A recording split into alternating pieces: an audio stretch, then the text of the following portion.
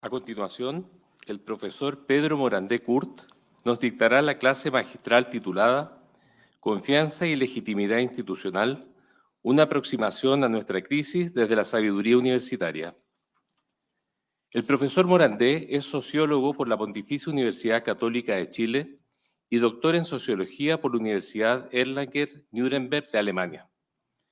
En 1971 inició su carrera como académico de la Pontificia Universidad Católica, donde ha sido profesor titular, jefe del Departamento de Sociología, prorector y decano de la Facultad de Ciencias Sociales.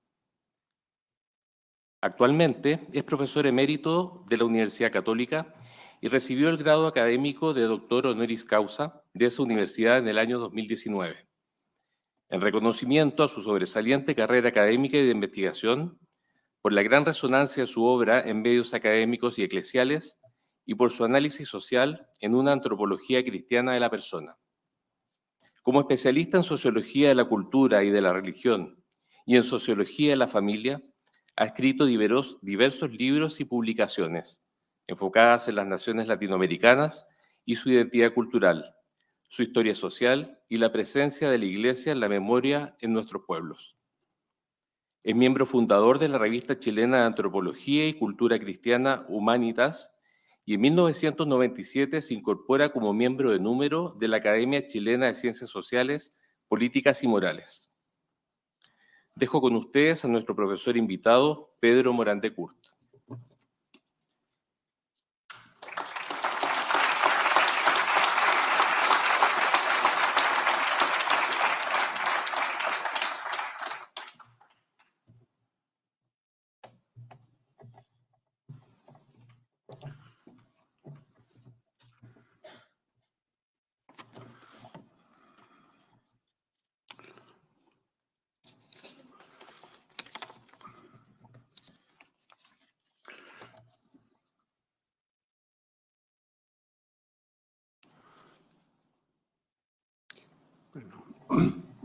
Señora rectora subrogante de esta Universidad de los Andes, señores miembros de la Junta Directiva, miembros del Consejo de Rectoría, autoridades nacionales universitarias, estimado señor rector de la Universidad Diego Portales, que es además colega y amigo en la Academia de Ciencias Sociales del Instituto de Chile. Y dejo para el final mi saludo especial al señor vicario regional del Opus Dei, porque quisiera manifestarle mi deber de gratitud hacia la prelatura, porque el año 87, en el Sínodo de los Laicos, tuve la ocasión de convivir 3 semanas completas con don Álvaro del Portillo, quien dejó en mí una huella de su bondad y de su paternidad imborrable. Así que, haciendo este recuerdo, lo saludo a usted también, señor vicario. Señoras y señores, no podría comenzar una lección inaugural de un año académico sin referirme a la sabiduría universitaria, a su tradición y fecundidad. Es parte de la autoconciencia de maestros y discípulos que forman una comunidad intergeneracional para buscar la finalidad, la verdad como finalidad de la vida. Pero es también el servicio que la universidad presta a la sociedad para el correcto discernimiento de los desafíos históricos y la búsqueda del bien común. En el jubileo del año 2000, el Papa puso a las universidades bajo el patronato de la Sede Sapientia, el ícono de la Virgen que acoge en su regazo a Cristo el misterio de la sabiduría. pero quiso simbolizar también con ello que la vocación misma de la universidad es llegar a ser sede de la sabiduría.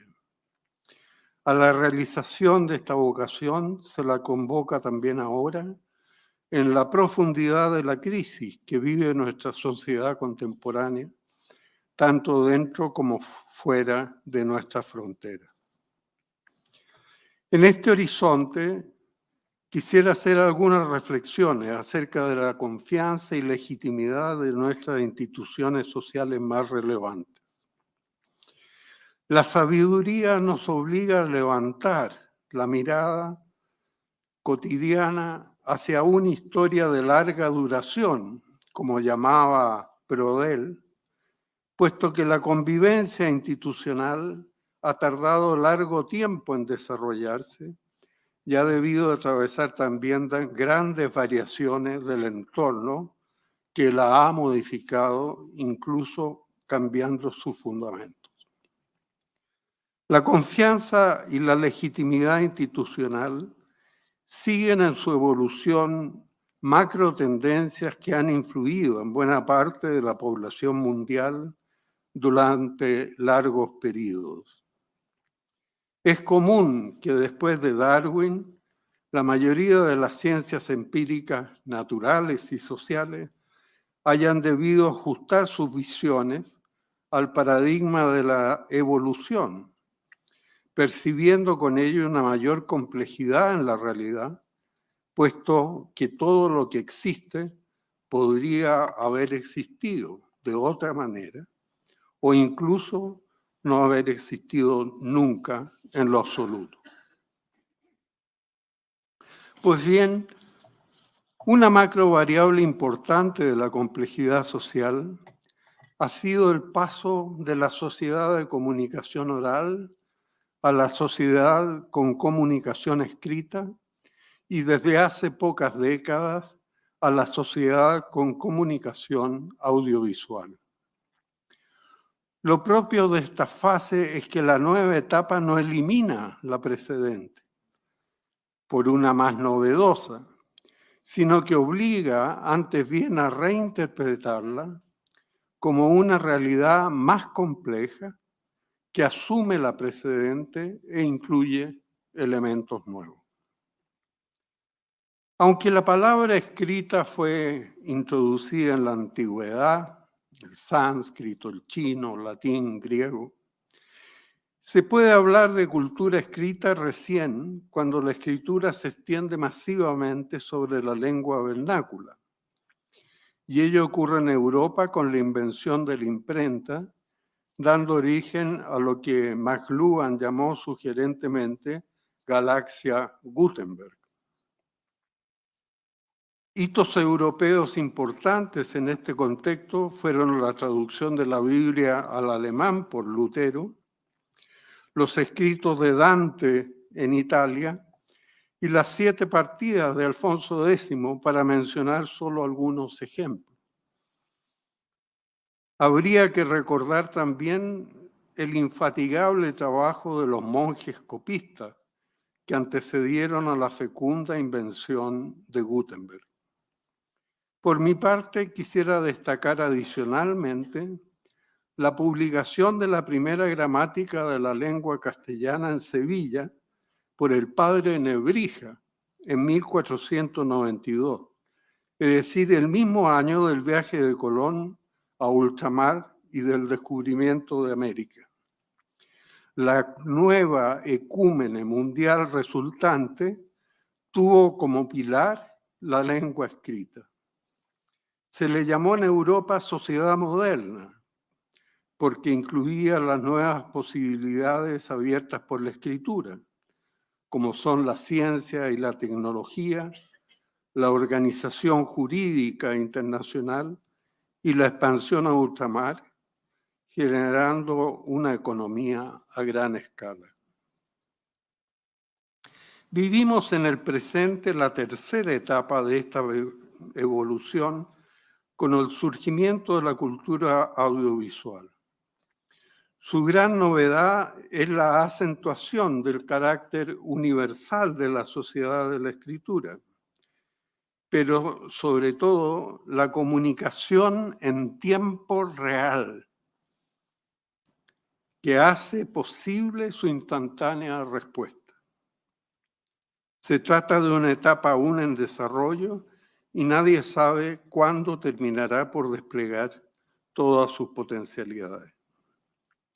Este cambio en 3 etapas ha introducido transformaciones sustanciales en la organización de la sociedad y de sus instituciones, abarcando desde las más íntimas y familiares a las laborales, educativas, económicas y políticas, tanto en el plano nacional como internacional. Quisiera limitarme a abarcar solo aquellos aspectos que podrían considerarse más relevantes para este encuentro universitario. Comencemos por la confianza. ¿Cómo es posible confiar en la sociedad cuando ella se ha vuelto tan compleja que nadie es capaz de ejecutar por sí mismo el trabajo que cientos y miles de personas realizan para satisfacer todas sus demandas? La sociedad había confiado para ello, desde siempre, en la división del trabajo, sea por antigüedad, por sexo, por conocimiento científico o por habilidades manuales y comunicacionales que se distribuían desigualmente entre la población. Ahora debe hacerla a una escala de complejidad mayor. Pero como antaño, esta confianza no es ciega, sino que se distribuye también desigualmente entre personas e instituciones según los hábitos y prácticas que han sido funcionalmente evaluados en sus resultados. Puede decirse que, a diferencia de la escritura, en el horizonte de la cultura oral, tanto arcaica como contemporánea, la confianza depende en buena medida del conocimiento y de la interacción personal cara a cara, unida a los vínculos de parentesco que permiten considerar como iguales a los integrantes de un linaje con idéntica afiliación biológica o cultural. En este contexto se puede afirmar categóricamente que vivir es pertenecer y ningún ser humano puede ser considerado como un solitario que, apoyado en algún tipo de cálculo racional, decide entrar en alianzas con otros, como solía pensar la literatura de los teóricos del pacto social. La realidad de la persona queda definida por la presencia de otros, con quienes se cohabita en una morada común que se vuelve compartida. En este plano, la moralidad siempre se ha fundado en el habitar conjuntamente con otros.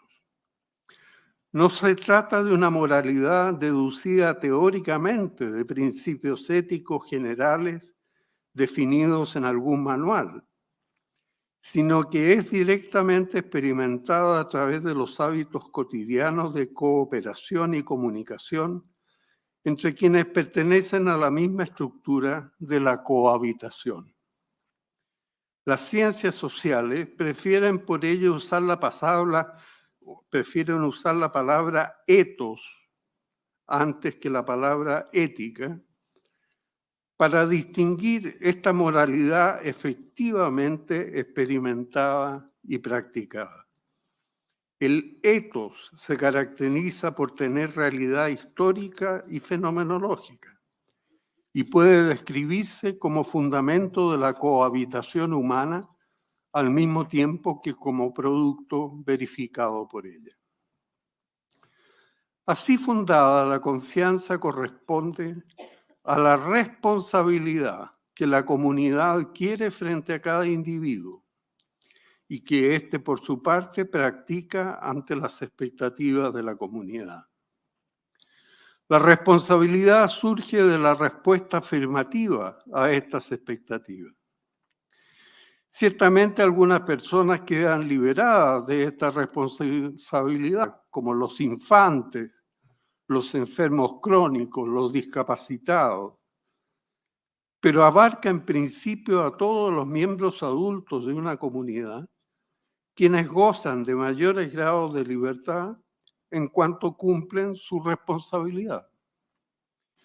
La libertad se relaciona así con las distintas posibilidades de conducta que se ofrecen a la conciencia humana y que se realizan en el discernimiento de la mejor solución de los dilemas éticos.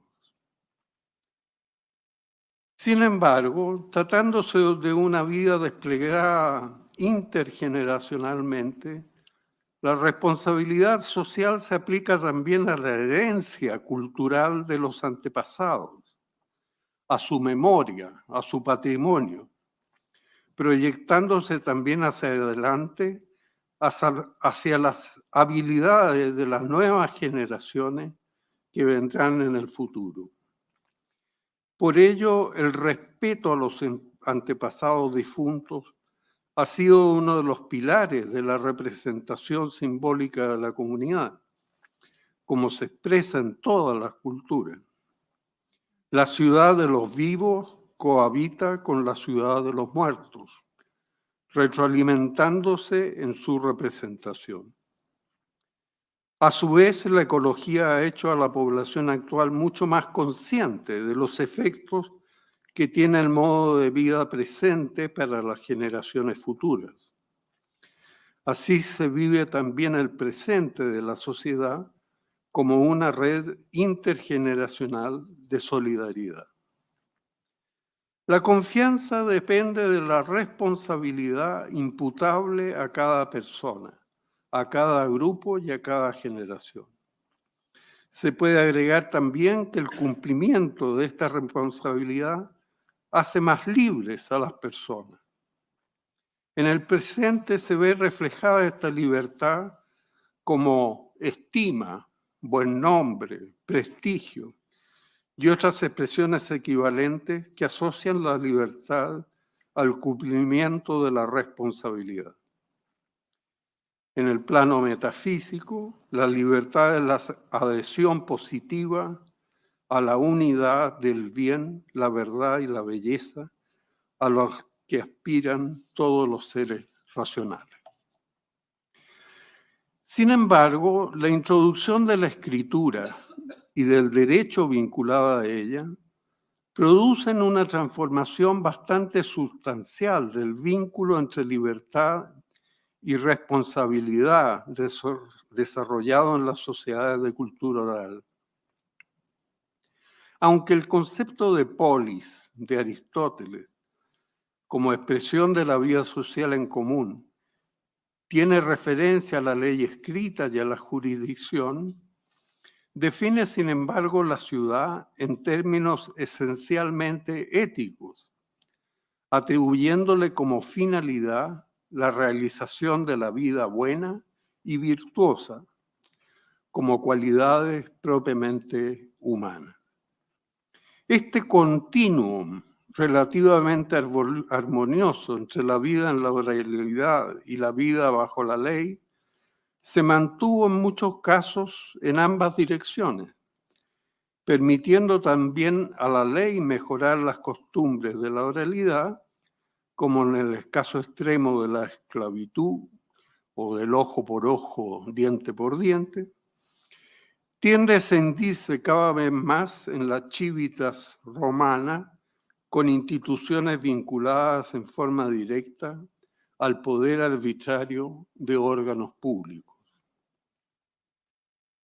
El lugar de confianza empieza progresivamente a hablarse de legitimidad, palabra que usamos hasta en la actualidad.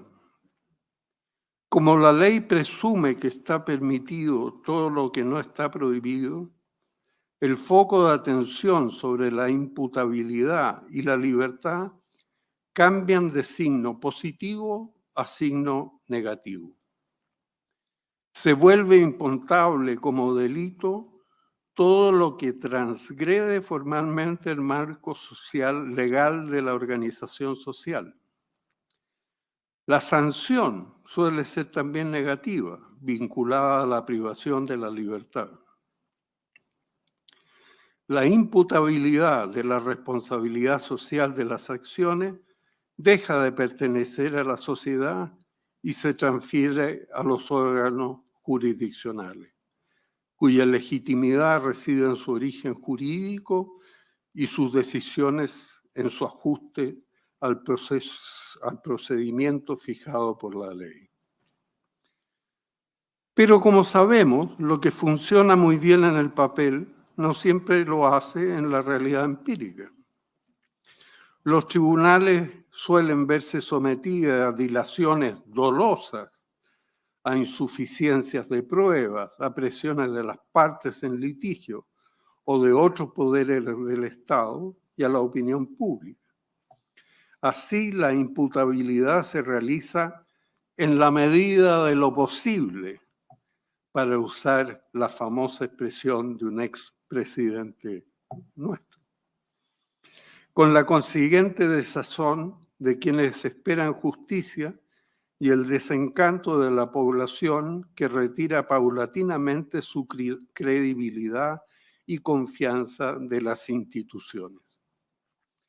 Es notable observar que en el caso chileno y en muchos otros países en la actualidad, quienes ocupan los lugares más bajos de credibilidad y confianza, según las encuestas de opinión, son precisamente los poderes del Estado.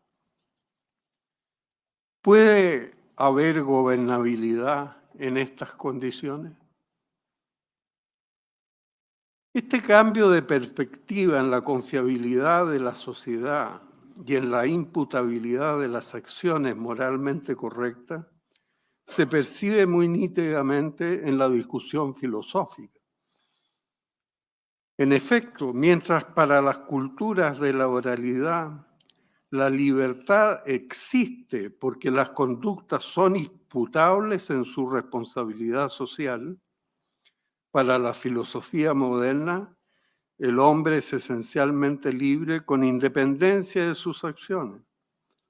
Así, la literalidad invierte la relación entre ambos conceptos. Mientras para la oralidad el ser humano es libre porque es imputable, para la escritura el hombre es imputable porque es libre. No queda claro de dónde surge la libertad en este planteamiento moderno, dándola por supuesta como libre albedrío originario, o imaginando individuos ilusorios en estado de naturaleza, que convergen en un pacto social de mutua conveniencia, como imaginaban algunos ilustrados. Otros, como Hobbes, en cambio más realistas, pusieron como referencia la amenaza común de una eventual lucha a muerte de todos contra todos, clausurándose la opción de una convivencia armónica espontánea y exigiéndose la intervención explícita del poder arbitrario. Pero sea en su visión más idealista o más realista, ambas filosofías compartían la idea de que la libertad era consustancial a la conciencia humana y la sociedad solo podía hacer valer la responsabilidad sobre las conductas cuando la libertad estaba en colisión con la libertad de otros. Como es evidente para los propios letrados, la realidad empírica muestra cotidianamente la ilusión de esta imputabilidad social fuera del ámbito penal. E incluso en este ámbito, la insuficiencia policial y el hacinamiento de la población carcelaria hace que la imputabilidad sea precaria. Por lo mismo, no es la libertad la que se vuelve fundamento de la responsabilidad social exigible, como decía la teoría, sino más bien el uso de la fuerza y de la dominación. La libertad asumida de este modo, lejos de afianzar la confianza institucional, la hace más esquiva e interesada. Si ni la ley ni nadie queda por encima de la autoridad ejercida por la fuerza e incluso, como es frecuente, por encima de la corrupción personal e institucional, aunque se intenta interesadamente decir lo contrario. La majestad de la ley tiende a valorarse retórica, tiene a volverse retórica, y la conducta social crea sus propias reglas de autorregulación. Aunque la libertad se intente justificar ideológicamente con el recurso al liberalismo ilustrado, su origen y su fundamento deja de ser una opción ideológica libremente asumida, sino más bien la equivocada percepción de que la cultura escrita puede desgajarse de la tradición oral y formar su propia sociedad de papel. Algunos políticos, por ejemplo, han querido hasta refundar la sociedad, volver a dibujarla en una hoja de papel en blanco. Pero vendrá nuevamente Sancho Panza a recordarle a Don Quijote que donde él ve gigantes malintencionados, solo hay molinos de viento. Por mucho que la ética del deber y la ética puritana hayan tratado de acortar la distancia entre la palabra escrita y la vida práctica de la población, se ha terminado por imponer, como sabemos, la ética de la conveniencia y del éxito económico avalada por los poderes del Estado, burlándose la picaresca criolla sin cesar de las necesidades de la población. Esta ética del éxito económico y político ha obtenido apoyo también de la ética de la ciencia y de la tecnología, que tienen por bueno todo aquello que resulta en los laboratorios experimentales. Puede fabricarse a gran escala y distribuirse en la población. Tal visión ha llegado a justificar la misma manipulación biológica del ser humano, creando el homúnculo de probeta que Goethe había previsto al comenzar el siglo XIX, y ha generalizado la anticoncepción, la fecundación asistida, el aborto, la eugenesia y la adopción de niños por parejas del mismo sexo. De manera rayana a veces son lo ridículo, se ha extendido un lenguaje de eufemismos sobre la libertad que exaltan el carpe diem y omiten toda referencia a la responsabilidad individual y social sobre la convivencia en la verdad del hombre. Sin embargo, más allá del folclore, lo que queda como asunto de fondo es que cuando la literalidad busca apartarse de la oralidad, intencionada o no intencionadamente, solo produce una mayor fragmentación social que desmorona la confianza en las instituciones. La complejidad social se vuelve aún mayor con el surgimiento de los medios de comunicación audiovisual y su uso masivo entre la población. Son muchos los factores sociales alterados por este fenómeno, pero los más relevantes para la fenomenología de la vida social son el espacio y el tiempo. En efecto, el espacio virtual electrónicamente generado hace entrar en contacto, para bien o para mal, a todos los pueblos y culturas en un ámbito de convivencia compartida. No se trata solo de la creación de un espejo, mediante cada cual unos ven reflejados sus comportamientos en los otros.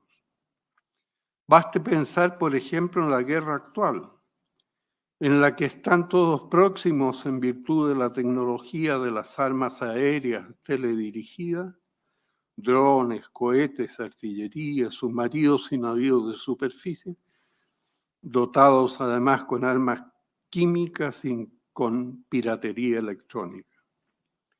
El mundo que se comparte se vuelve uno solo y todos quienes están en él son protagonistas.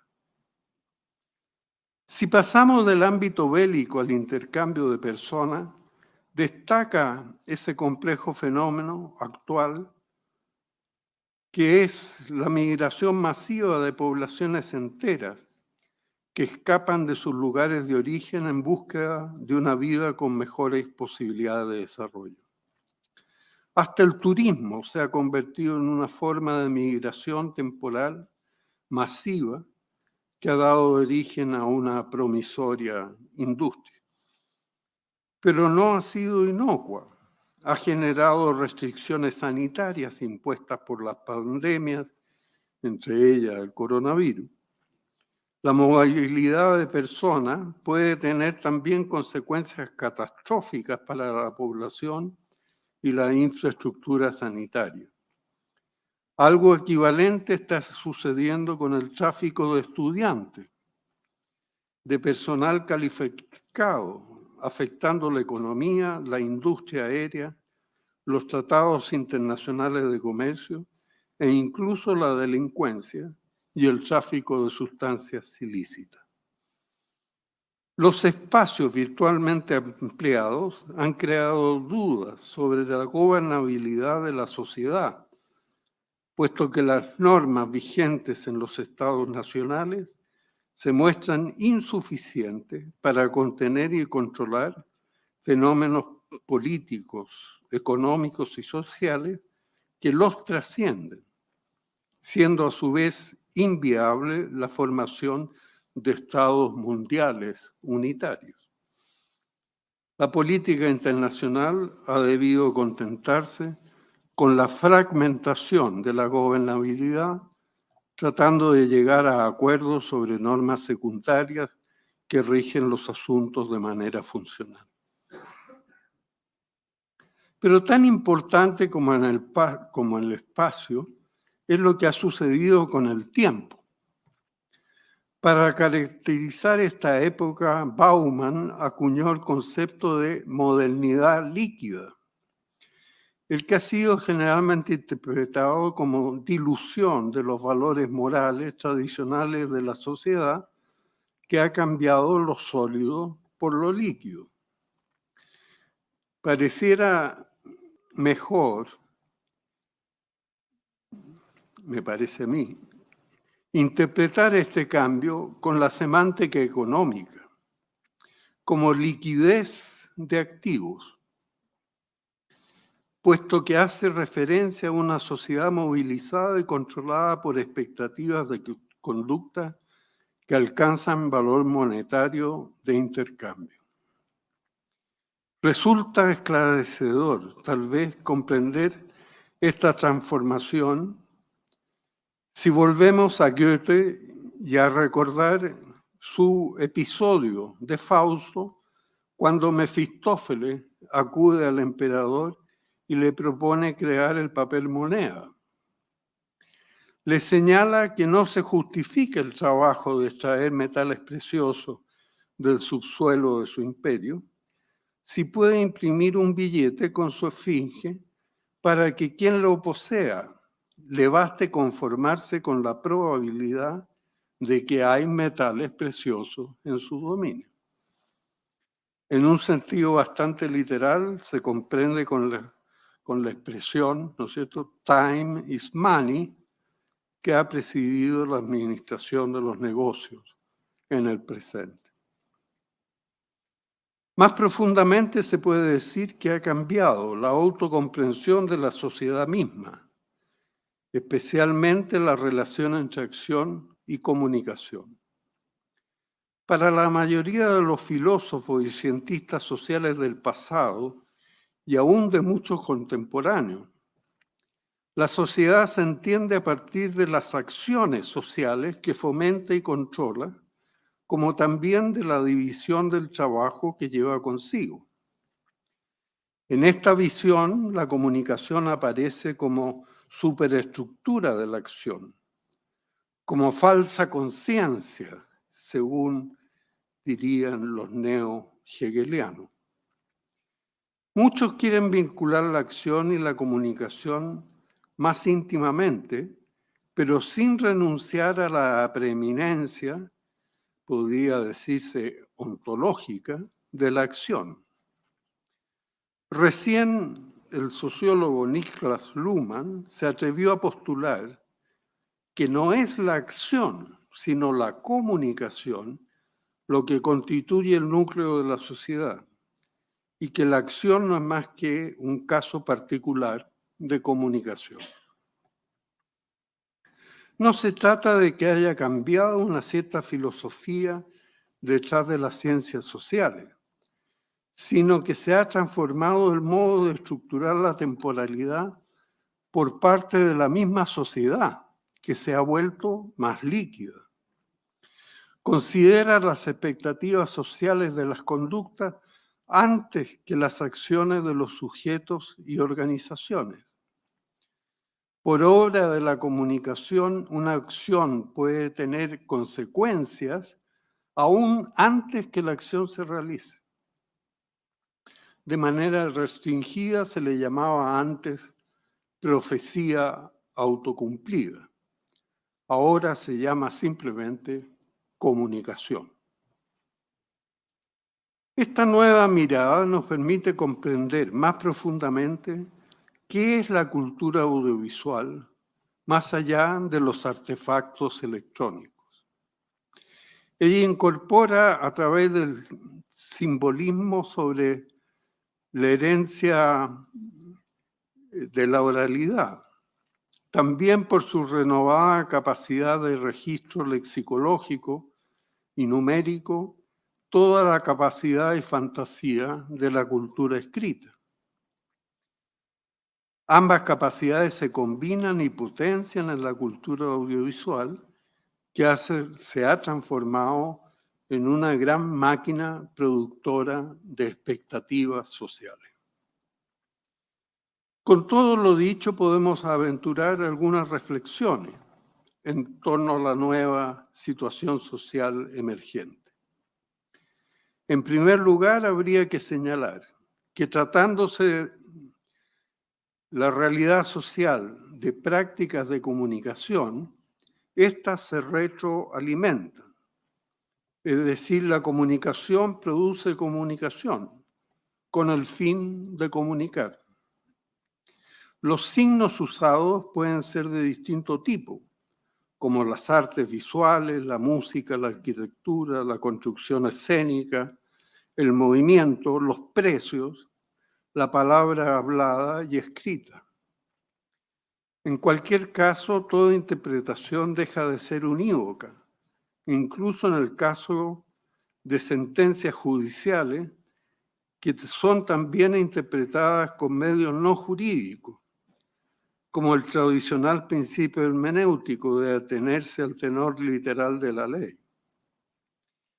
Así, el antiguo concepto de legitimidad pierde su monopolio jurídico y queda subsumido en los conceptos más amplios de credibilidad y confianza. En segundo lugar, las expectativas sociales adquieren la centralidad que antaño tenían las acciones. Si la comunicación produce o no acciones consecuentes, es precisamente el resultado de las expectativas que genera en el presente o puede generar en el futuro. Por ello juega la economía monetaria un papel tan decisivo para la comunicación, puesto que adelanta al presente el valor futuro de las acciones. Valora el flujo sobre el stock y la liquidez sobre el patrimonio material. La confianza institucional reside ahora en lograr que las expectativas se reafirmen como expectativas, no necesariamente que se cumplan, lo que puede depender de factores socialmente incontrolables. Lo que importa es que se retroalimenten las comunicaciones. En tercer lugar, habría que considerar también el efecto negativo que la comunicación puede tener en las personas y en los cuerpos intermedios de la sociedad. El problema de la conciencia humana que ha atravesado toda nuestra época es el nihilismo.